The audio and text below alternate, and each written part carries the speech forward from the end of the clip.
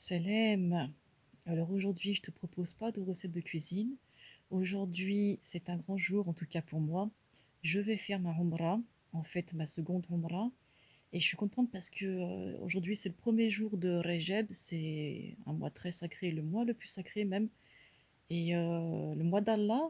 Et ça faisait longtemps que je voulais faire une Umrah durant cette période. Et comme tu sais, nous les femmes, on est soumises à certaines règles. Et alhamdoulilah, l'Arabie Saoudite d'aujourd'hui nous a facilité les choses. Donc là, je vais me préparer, puis je vais aller rejoindre ma famille. Parce qu'en fait, je pars avec deux de mes petites sœurs. Donc je te laisse et je te dis à plus tard. Alors là, je suis dans l'avion avec ma petite sœur Gazelle. Comme vous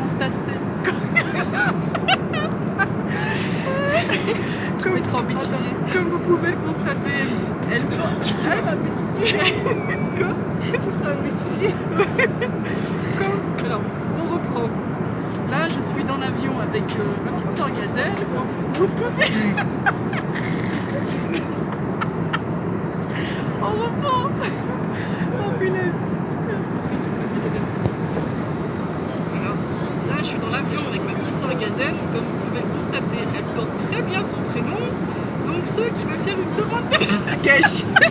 On rigole. Attends, ceux qui veulent faire une demande de mariage, ils ont qu'à m'envoyer un commentaire ou un mail. N'est-ce pas, Gazelle? Non, on peut écouter. Merci. Je trouve que c'est flou, hein. C'est flou ou pas? Ouais.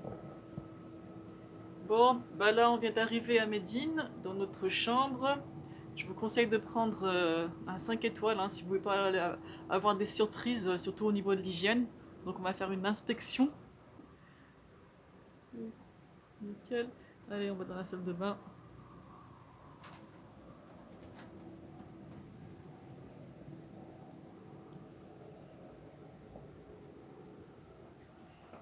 Eh bah écoute, douche italienne, c'est très bien.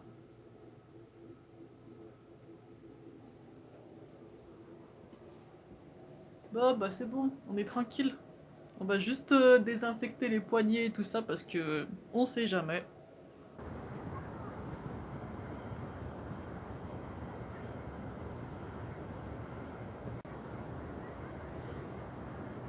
Alors là, on est dans la mosquée de Médine. Il est 1h du matin. On va essayer de prier toute la nuit et essayer aussi de privilégier la qualité sur la quantité. Et puis Inch'Allah, on dormira du subh jusqu'au Zohor. Alors avant de commencer, j'aimerais te faire partager mon expérience et je voudrais te raconter comment à un moment de ma vie, ma foi a vraiment beaucoup évolué. Alors ça a commencé en fait juste après mon divorce. J'ai décidé de pratiquer la religion avec intelligence, ne plus pratiquer par mécanisme comme un robot. Et je m'intéressais plus à la règle, mais je m'intéressais surtout au message. Je te donne un exemple. Ici, on est en train de faire la Umrah avec mes sœurs. On est venu sans tuteur parce que maintenant l'Arabie Saoudite nous l'autorise. Et tu sais que normalement dans la religion, la règle c'est qu'il faut venir avec un tuteur. Mais si on compare le contexte à l'époque de notre saint prophète, on voit une grande différence. Aujourd'hui, on a la sécurité du transport, on voyage en groupe, on dort dans des hôtels. Vraiment la sécurité, ça n'a rien à voir quoi. Donc la règle pour une femme, c'est de ne pas faire sa Umrah ou son Hajj avec sans tuteur. Et le but de cette règle, la finalité, en fait, c'est tout simplement de la protéger. Et moi, aujourd'hui, dans ce contexte-là, je me sens très protégée. Donc c'est pour ça que j'ai décidé de faire quand même la Umrah. Donc à chaque fois que je décide quelque chose, je m'intéresse plus à la règle, je m'intéresse au message, au but. Parce qu'il y a vraiment une grande différence entre le contexte de l'époque et le contexte d'aujourd'hui. Moi je pense vraiment que notre saint prophète, s'il était descendu aujourd'hui, il serait comporté différemment forcément, il aurait réglé des problèmes différents, même les versets coraniques auraient été différents. Le message aurait été le même, mais les paroles auraient été différentes. Ça me semble très logique quoi. Ils ont ouvert la mosquée, donc je vais en profiter. Je vais continuer la vidéo à l'intérieur. Comme tu vois, il n'y a pratiquement personne. C'est top. Donc revenons à nos moutons. Alors, qu'est-ce qu'il y a eu après? Après, en fait, j'ai eu deux gros déclics. Le premier, c'est je regardais en fait une vidéo de Hassan et Hussein sur la prière, et puis il avait dit on ne rate pas son rendez-vous avec Allah le Très-Haut. Et moi, ça m'avait fait un gros tic dans ma tête, et je me suis dit ah ouais, c'est vrai, on ne rate pas la prière, le rendez-vous avec Allah. Du coup, ça m'a grave boosté.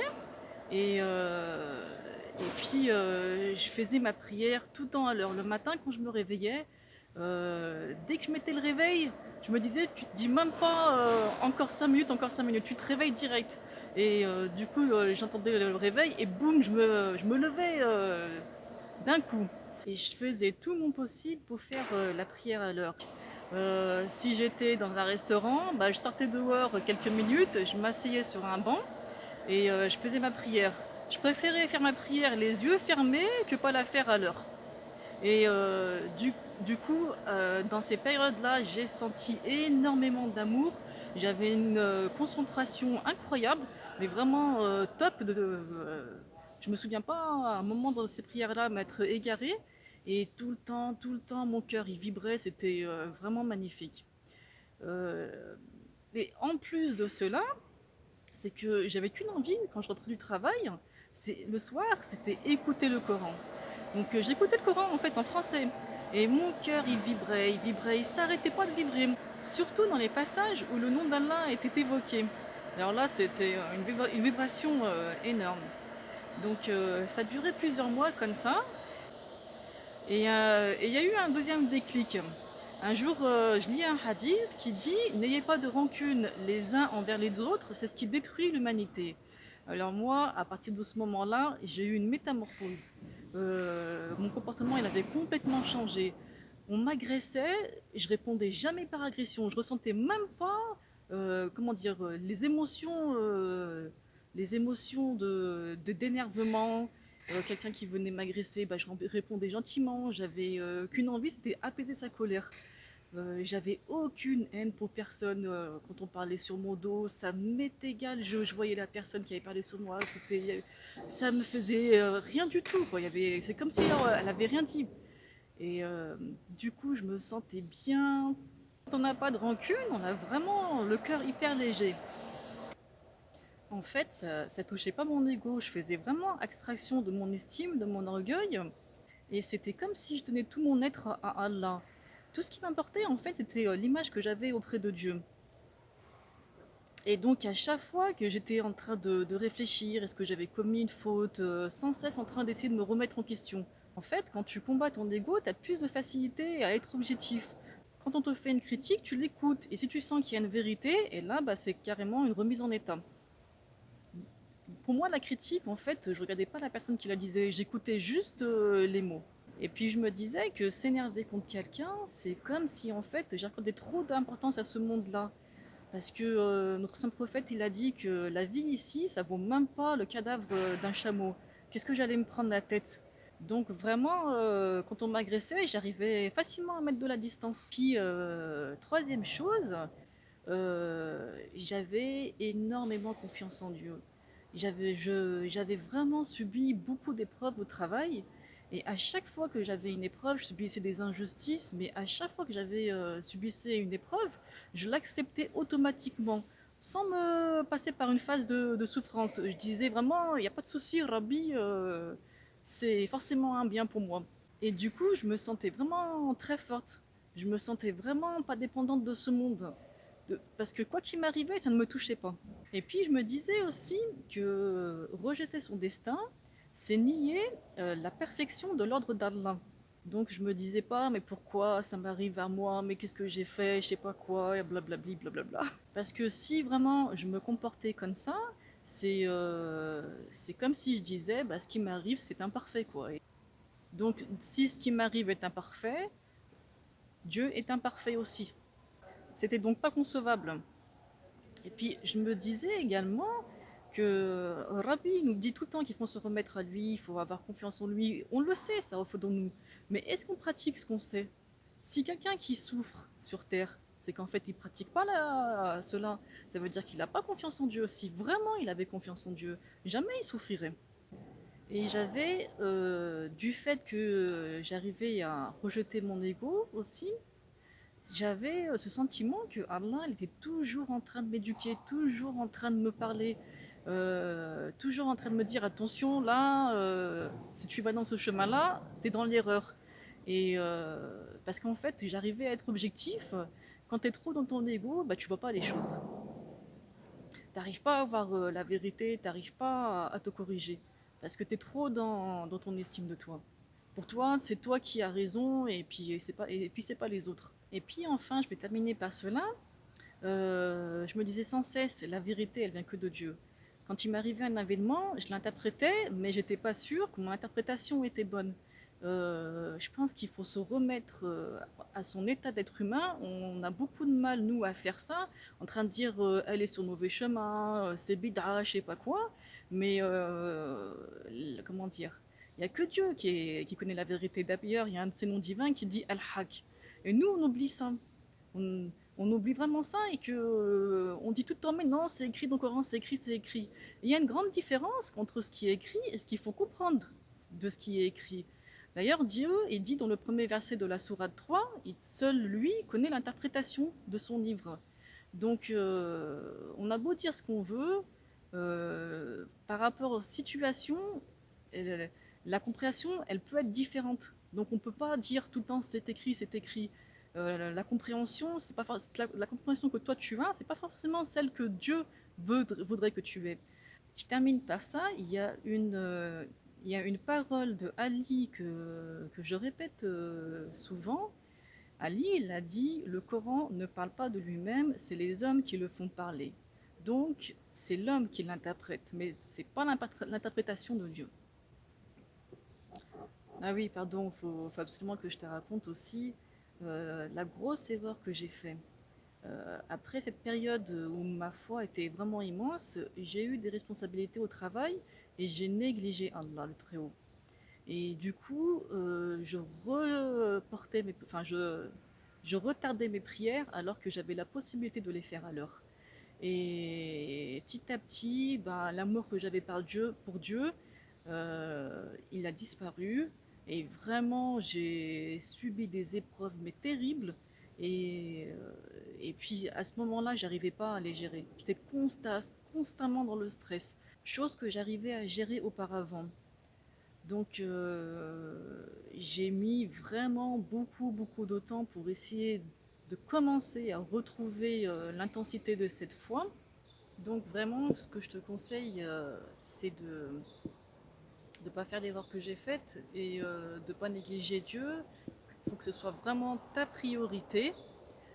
Tu fais ton possible pour faire tes prières à l'heure, pour t'améliorer et te remettre sans cesse en question.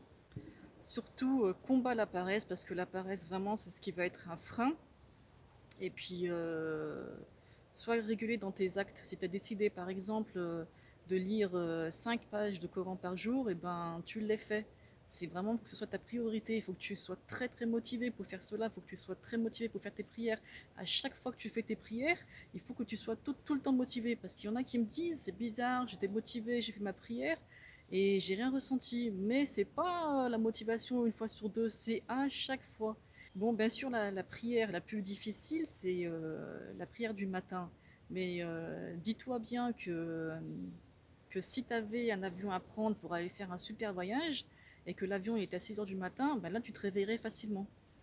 Donc, il faut vraiment se remettre en question. Je te conseille d'ailleurs une vidéo que tu trouveras sur YouTube par Ismaël Mounir. C'est comment faire, il me semble, comment faire le Fajr à l'heure.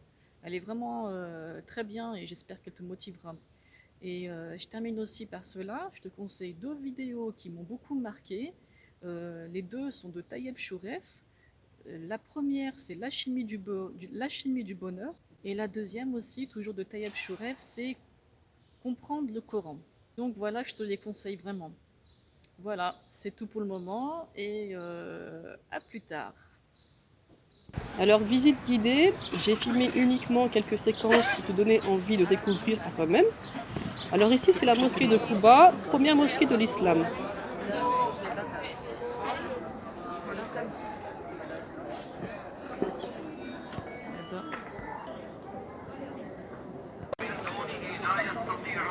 C'est ici que se déroula la bataille d'Uhud. On raconte une petite anecdote. Il faut savoir que les martyrs, quand ils meurent, Allah Azza wa Jal, il laisse leur corps tel qu'il est. Et donc, cette anecdote est arrivée 6 siècles après la bataille de Uhud. Un jour, il y a une forte pluie qui a fait dévaler de la boue de la montagne, qui a découvert les corps des martyrs. Les savants de l'époque se sont réunis pour savoir comment ils allaient enterrer les compagnons, remettre de la terre sur eux, donc parce qu'ils ne voulaient pas que n'importe qui touche et autres. Donc ils ont décidé de les recouvrir par petits groupes avec des petites pioches, de manière à remettre tout doucement la terre.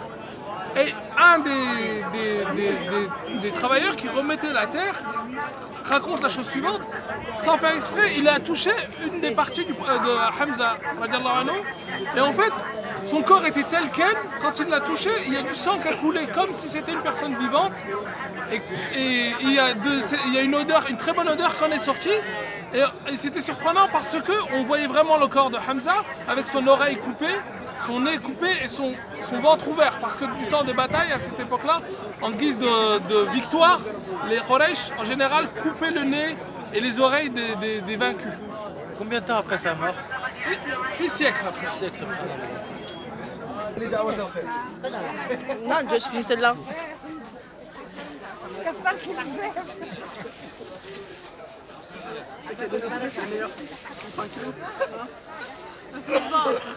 Des dates.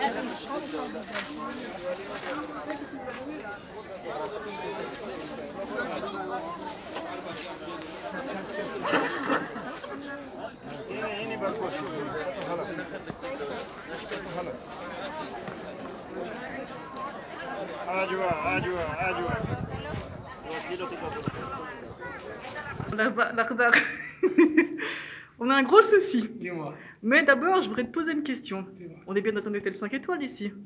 4 étoiles. 4 étoiles? Mais quand même 4 étoiles. Je comprends pas, pourquoi il n'y a pas de piscine ou de discothèque? Alors c'est très simple. Alors franchement, si tu veux réserver une piscine, c'est pas un souci. Ça coûte 250 riels la demi-journée dans une villa et c'est possible, Inch'Allah. Et les discothèques juste pour femmes, c'est possible? Discothèque, ça va être un peu Juste pour compliqué. femmes!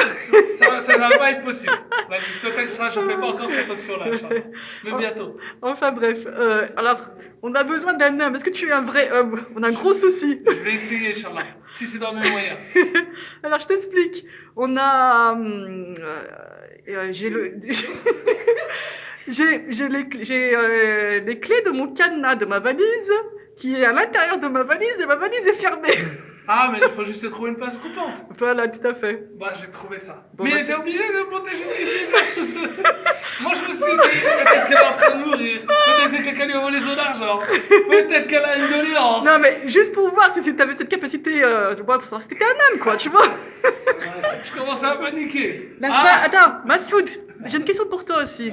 S'il te plaît, Massoud. S'il te plaît. Massoud, attends, s'il te plaît. Massoud, j'ai posé une question à lui, il faut que tu répondes toi aussi. Hein? Bon, j'ai bien aimé sa réponse, mais bon. On est dans un hôtel 4 étoiles ici.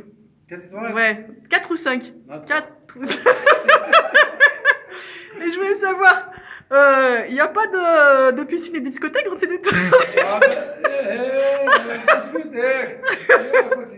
à côté? Que pour les femmes? Que pour les deux? Oh là là.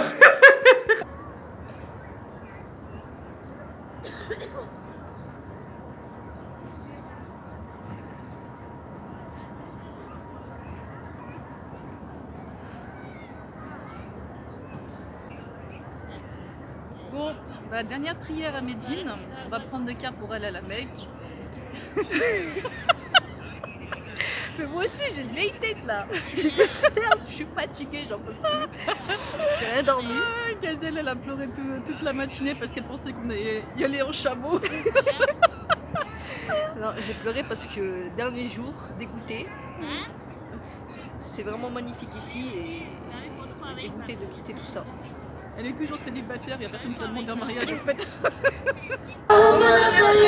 لبيك لا شريك لك لبيك إن الحمد والنعمة لك والملك لا شريك لك لبيك اللهم لبيك اللهم لبيك لبيك لا شريك لك لبيك إن الحمد والنعمة لك والملك لا شريك لك لبيك اللهم لبيك إن الحمد والنعمة لك والملك لا شريك لك لبيك اللهم إن الحمد والنعمة لك والملك لا شريك لك لبيك اللهم لبيك لبيك والملك لا شريك لك لبيك اللهم لبيك لبيك لا شريك لك لبيك إن الحمد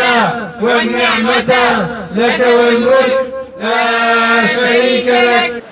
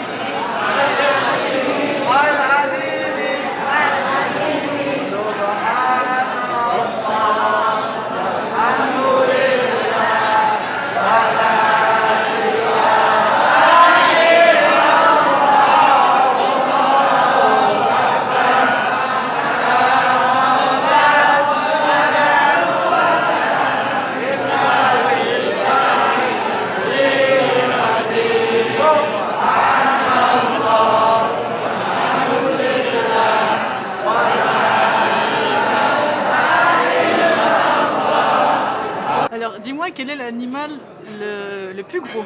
Le plus gros, Ouais. l'éléphant, Et l'animal le plus rapide? le guépard. Ah bah tu vois, tout le monde pense aux animaux qui sont sur la terre et ceux qui sont dans le ciel et dans la mer, vous les oubliez? Ah oui, la baleine. Et le ciel, tu sais, ça serait un oiseau. Un oiseau, c'est plus rapide qu'un guépard. Eh bah c'est le faucon. J'aurais appris deux choses.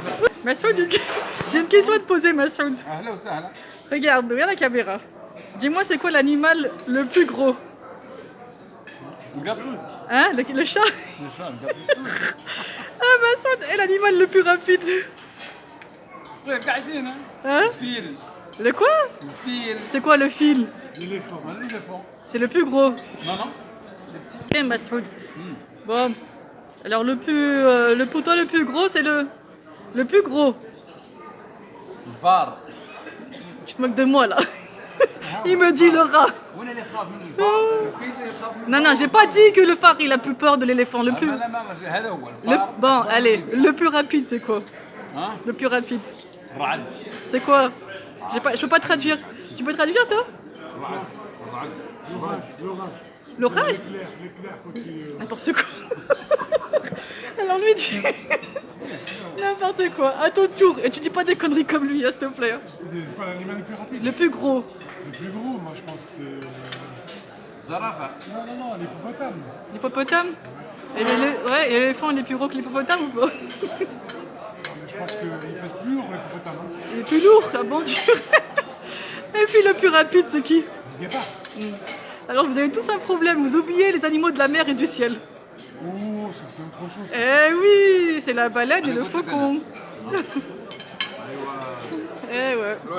On va aller voir les mesdames. Dis-moi quel est... Bonjour. Dis-moi quel est l'animal le plus gros. L'animal de quoi? Le plus gros de la Terre. Le plus gros de la Terre? Ouais. Je sais pas, l'éléphant, non? Et le plus rapide? La gazelle? Et toi? Dis-moi le plus gros. Le plus beau? Le plus gros. Gros, grand? Gros. Tigre? Non. Le plus lourd, le plus gros, tu vois ce que je veux dire? C'est plus que l'éléphant, c'est autre chose. Non, oh là, j'arrête pas. Moi, je suis l'éléphant avec un élan de boss à la 85. Le plus rapide, c'est la panthère. Non, pas la panthère. Le guépard? Départ. Et le plus lourd, le plus gros, c'est quoi? J'arrive pas à trouver le nom. C'est les tout. C'est les moches. Et il se trouve où? En Afrique? Ils se trouvent en Afrique, ils se trouvent un peu partout.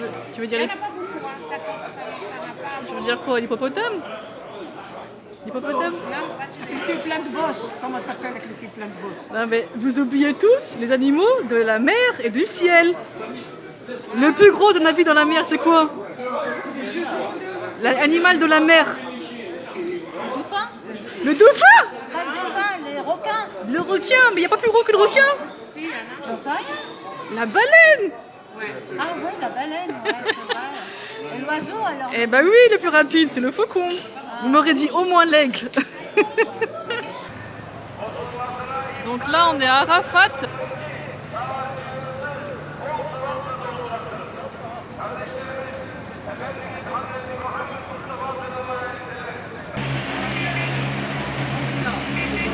J'ai pas compris pourquoi il y a des hommes avec les raclettes alors qu'il y a des autolaveuses.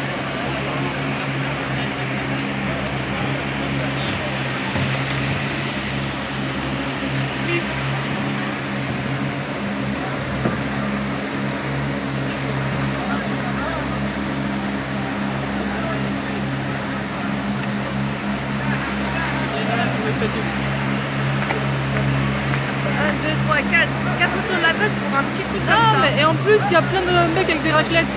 4 grosses auto-laveuses pour un petit... Ouais, mais je comprends pas l'organisation ici. Oh, les grosses, elles tombent pas, regarde. Bah là, on est dans un foot court. Là. Salam.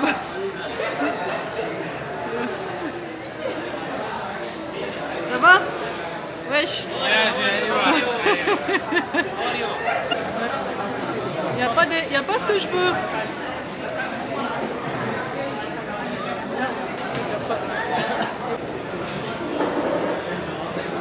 Hello.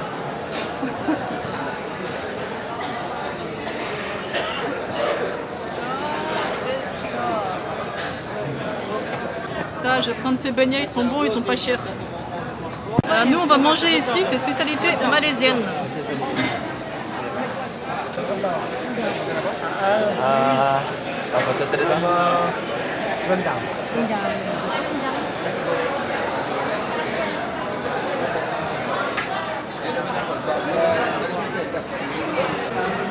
Bon, c'est un peu bruyant, hein.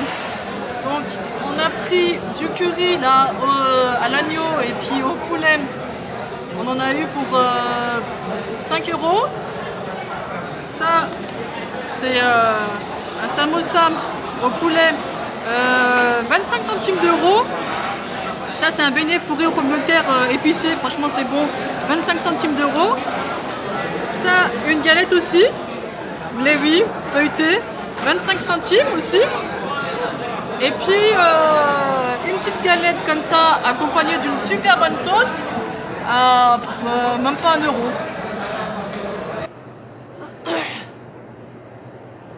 Alors là, je suis à l'intérieur de la Mecque.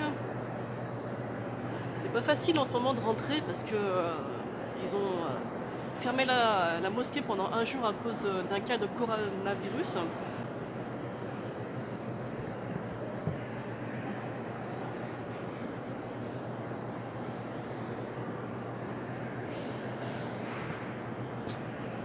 Je vais te raconter une anecdote. Quand je suis venue il y a 3 ans pour faire ma Umrah, j'étais très motivée, mais au bout d'un moment j'étais très déçue parce que je ressentais aucune émotion. J'avais beau être motivée, être concentrée, mais durant les prières je ressentais aucune émotion. Donc je commençais à déprimer un peu. Et un jour, je lis le Coran et puis je m'arrête et je me dis mais c'est pas possible, je ressens absolument rien. Ça se trouve j'ai forcé la chose parce qu'il faut savoir que j'ai failli pas venir ici. Et peut-être que ça ne m'était pas destiné et que j'ai forcé la chose. Et donc je me posais plein de questions. Et donc comme je te disais, j'étais en train de lire le Coran. Et je reprends ma lecture, je termine le verset coranique que j'étais en train de lire. Et le suivant commence par « Accomplissez le Hajj et la Umrah ». Et là je me dis, bon bah ça c'est un signe, c'est une réponse d'Allah subhanallah. Et du coup bah, ça m'a réconfortée. Et puis après, arrivé à la Mecque, avec le groupe, on a fait le tawaf. Mais bon, on a fait juste les 7 tours. On n'a pas essayé de toucher la pierre noire, la porte dorée, et puis faire les 2 rakats dans l'espace de Ismaïl. Donc je me suis dit, peut-être 2 jours plus tard, je vais essayer de faire le tawaf à 100%. Et je me suis dit, je vais partir à 2h du matin, peut-être qu'il y aura moins de monde. Ben, c'était encore pire. Et je me suis dit, bon, c'est pas grave, hein, je vais faire juste les 7 tours, hein, je vais faire comme on avait fait avec le groupe. Et finalement, au bout d'un moment, je sais pas comment, je me retrouve à côté de la pierre. Donc je me mets à toucher la pierre. Et je me dis, bon, bah, si j'ai réussi à toucher la pierre, je vais essayer le reste. J'arrive à la grande porte dorée et je vois un type super costaud. Qui vraiment il était accroché aux marches de la porte et puis je commence à tirer sa main pour lui dire oh mais il faut que tu laisses la place aux autres. Il se retourne super énervé, il me voit, il voit que je suis une femme et là ça le calme et il essaye carrément de m'aider à toucher la porte. Donc je continue mon tawaf et après j'arrive dans l'espace de Ismaïl. Et là je me dis ça va être la catastrophe parce qu'en fait dans cet espace là il faut absolument que tu sois entouré d'un groupe pour que tu puisses, toi, être au milieu de ce groupe-là pour pouvoir faire ta prière. Parce que sinon, on te bouscule de partout et c'est impossible de la faire correctement. Donc, dès que je rentre dans l'espace, je me dis, mais punaise, comment je vais faire? Et subhanallah, il y a un groupe de Turcs, je crois, il y en a un qui m'appelle Haja, viens, et puis il m'invite à faire la prière dans leur groupe. Donc, je commence à faire la prière la première, et puis après... bah, j'encercle avec eux le groupe pour que les autres puissent à leur tour faire leur prière. Donc ça m'avait vraiment donné beaucoup de motivation. Et ce que j'ai oublié de te dire aussi, c'est que à la fin, il faut faire les 2 rakats derrière l'espace de Ibrahim. Et là, j'ai fait mes 2 rakats et pour la première fois, j'ai versé des larmes pendant ma umrah. Et voilà, c'était vraiment les 2 moments magnifiques de ma umrah il y a 3 ans. Donc voilà, là c'est notre dernier jour. Ce soir, on va prendre le car pour aller à l'aéroport. Je voulais te donner un petit conseil pour réussir ta umrah. Je vais juste répéter ce que Tayyab Shourev nous a dit lors d'une formation. Il disait en fait qu'il y a des gens qui se plaignaient parce qu'en fait, ils arrivaient dans les lieux sacrés, ils étaient pleins d'émotions. Et quand ils rentraient chez eux, la foi, l'émotion, elle diminuait petit à petit. Et il expliquait en fait que c'était comme si vous vivez un moment de joie, comme la naissance d'un enfant, un mariage. Et c'est pour ça que vous avez toutes ces émotions-là. Et pour qu'elles perdurent, il faut se préparer avant la umrah.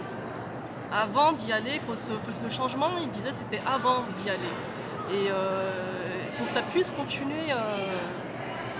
à la fin de votre umrah, à votre retour. Donc voilà ce que je pourrais vous donner moi-même personnellement comme conseil, c'est vraiment de mettre votre Dieu dans votre priorité et d'éviter les grands péchés, c'est très important. Le péché de la langue, c'est un gros problème chez nous. Moi je dis franchement, quand quelqu'un parle derrière vous, ou quand vous-même vous parlez derrière quelqu'un, je vois pas quel est l'intérêt. Est-ce que vous, ça va vous faire grandir? Est-ce que la personne, elle, ça va la faire grandir? Non, tout ce que ça va vous faire des péchés. Donc ça sert à rien. Et je vous conseille aussi d'être à 100% dans tout ce que vous entreprenez. Il faut vraiment combattre la paresse, pas seulement dans la prière, vraiment au travail. Il faut vous prendre soin de votre famille, de votre foyer, il faut que votre maison soit propre. de tout ce que vous entreprenez. Parce que si vous, dans un domaine, vous êtes paresseux, petit à petit, vous allez devenir paresseux dans d'autres domaines, y compris la prière. Donc c'est que comme ça que je pense que vous arriverez à faire les choses correctement. Quelques conseils pratiques aussi pour votre Umrah. Je vous conseille de prendre vos lunettes de soleil parce que le sol il est blanc, le carrelage est blanc et vraiment ça fait mal aux yeux, c'est comme si on était au ski. Je vous conseille également de retenir le numéro de porte dans laquelle vous êtes rentré parce qu'on peut facilement se perdre, surtout à Médine parce que les rues se ressemblent beaucoup et les hôtels également.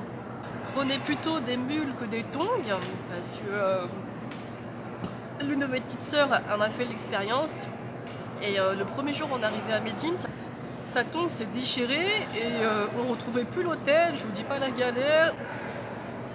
Faites attention également à bien vous couvrir parce que la clim elle est vraiment forte dans certains endroits, surtout à la Mecque, essentiellement au sous-sol.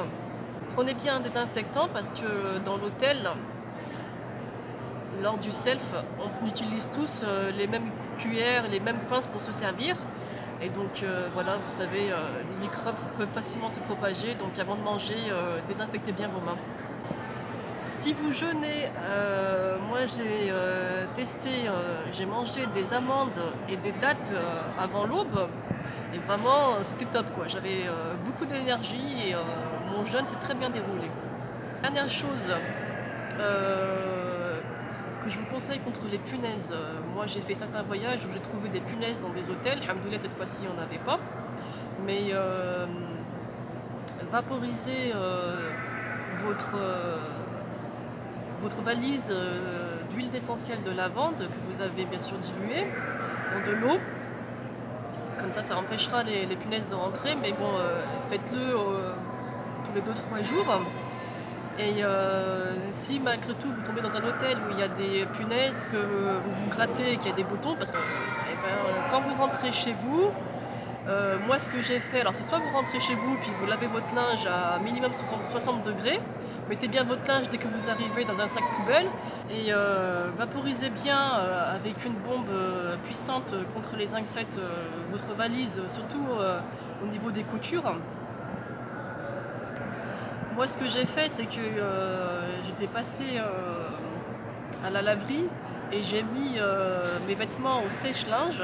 Et puis j'ai pris une bombe avec moi et un grand sac poubelle. Puis ensuite, j'ai mis les vêtements dans le sac poubelle. Et je vous dis que j'ai bien fait parce qu'en rentrant chez moi, j'ai constaté qu'il y avait une punaise morte sur l'une de mes gilets bains. Donc voilà, le séjour se termine. Je vais vous mettre plusieurs informations dans la barre d'infos, notamment les coordonnées du guide Masoud. On a pu faire beaucoup d'invocations, j'espère que j'ai oublié personne, je pense pas parce que j'avais vraiment mis ma petite liste. Et j'ai notamment prié pour que Zemmour et compagnie cessent de faire les dictateurs avec les musulmans en voulant imposer leurs idées sur des choses d'ordre privé. Je parle notamment du voile, bien sûr, même si je ne le porte pas, je défends fermement l'idée de la liberté de le porter ou pas. Alors là, il est 4 h du matin, on est à l'aéroport de Jeddah. Pensez à partager et à vous abonner. J'espère qu'en plus de la cuisine, je vous ferai partager d'autres choses, notamment un projet qui, je pense, est carrément une mission que Dieu m'a confiée. Je dirai davantage quand j'aurai organisé tout ça. Allez, c'est parti pour les témoignages. La caméra, on recommence, la maman. Refais tes gestes là. Allah yabarak. La prochaine, Inch'Allah. C'est quand la prochaine? C'est Allah qui décide, voilà. Et toi, ça y est, tu t'es fait belle? Inch'Allah, ouais, le Hajj, la prochaine fois. C'était comment cette fois-ci? Ah bah c'était magnifique. Alhamdulillah. Oh, c'est tout magnifique. C'est plus que... En fait, c'est indescriptible. Ouais, voilà, Indescriptible. Machallah, machallah, Allah yabarak. On le souhaite à tous les musulmans. Tous ceux qui adorent Allah, Inch'Allah qu'Allah vous l'accorde, Inch'Allah. C'est tout ce qu'on peut dire. C'est le message que tu t'envoies à tous les musulmans? À tous les musulmans. Ok. Les frères, salam, je vous coupe. J'ai fait un reportage. Comment ça a été ta Umrah? Des jeunes. Quel jeune? Je cherche un jeune, il est où le jeune? Un des deux. Les poils blancs. Non, mais- Blanche, hein des poils blancs. On a tous des poils blancs. Eh ben, comment t'as aimé? T'as aimé ou pas? Oh, bien sûr. C'est tout? On peut qu'aimer. Qu'est-ce que tu conseilles? Je conseille à tout le monde de venir. Ah, bah, c'est déjà pas mal. Et, dès qu'on a goûté, tous les ans il y a l'envie, on revient Oui, tous c'est les la ans. 4e fois, machallah. Ah ouais, cinquième fois, machallah. Oh là là. Je dis, il faut goûter. Dès qu'on a goûté, on Ah, apprécie ouais. après. Ça y est, on tombe Le dedans, vaccin, ça y est. le vaccin. C'est un vaccin. Et toi, le grand, qu'est-ce que tu nous dis? Bah, vraiment, moi, je conseille ça à tous les jeunes. Ouais. Bien jeunes parce qu'il y a de la marche. Il y a de la marche, ça c'est l'Umrah. Ouais. Il y a de la marche. Tawaf, en ce moment-là, le tawaf autour du Kaaba c'est fermé. Ben, on l'a fait en haut. Hein. Et tu marches pendant 1 heure. C'est Juste ça, tawaf. ouais, effectivement. Et pour faire ça, entre Safa et le Marwa, c'est presque 1 kilomètre à l'aller-retour. C'est ça. Bah, je vous conseille de venir jeune avec des baskets. En courant en plus pour les En hommes. courant. Et Inch'Allah, vous guidera sur le droit chemin, Inch'Allah. Mais c'est tout ce que ça t'a fait comme émotion. Bah, moi, c'est comme émotion.